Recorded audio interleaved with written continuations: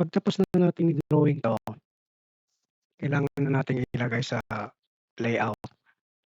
Pero kakaiba yung gagawin natin ngayon. Kasi dapat 'pag nilagay mo 'to sa layout, dapat black at pati pag-print mo dapat black.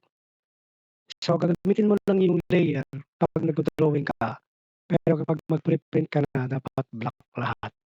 So, parang ganito. So, magiging black na 'yan, okey, sa layout. So, paano natin gagawin?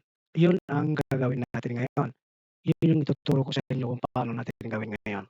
So, ang scale natin dito is 1:3. Bago ka magsimulang mag-drawing dapat yung scale mo naka 1:3, okey? Units natin is millimeter. So, punta tayo dito. Siyempre dapat dapat mong i-layout 'yan, naka-page setup na 'yan. Modify mo na lang, 'yan, okey.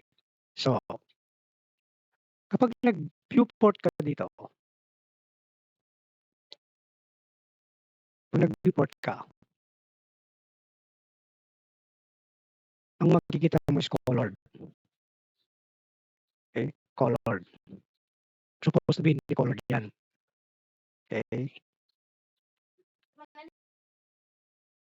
So, ganito 'yan. So, kapag double click mo dito, palitan mo na yung 1:3,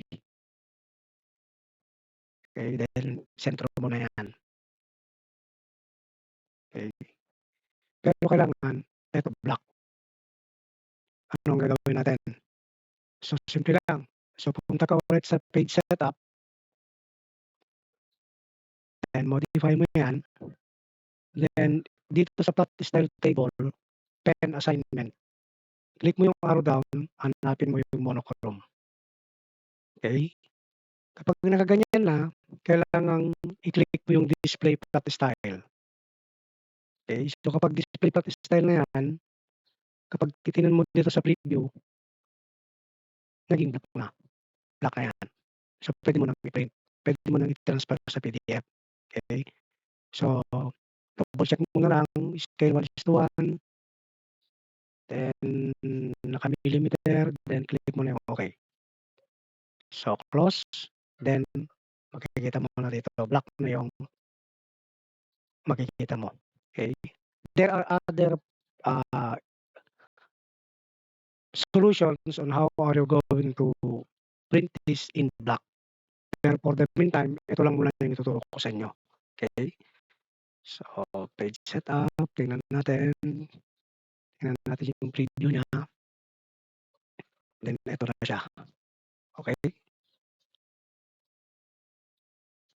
Ganyan na 'yan. Then puwede mo ng i-print or puwede mo ng export sa PDF. So, alam naman ninyo kung paano mag-export ng PDF.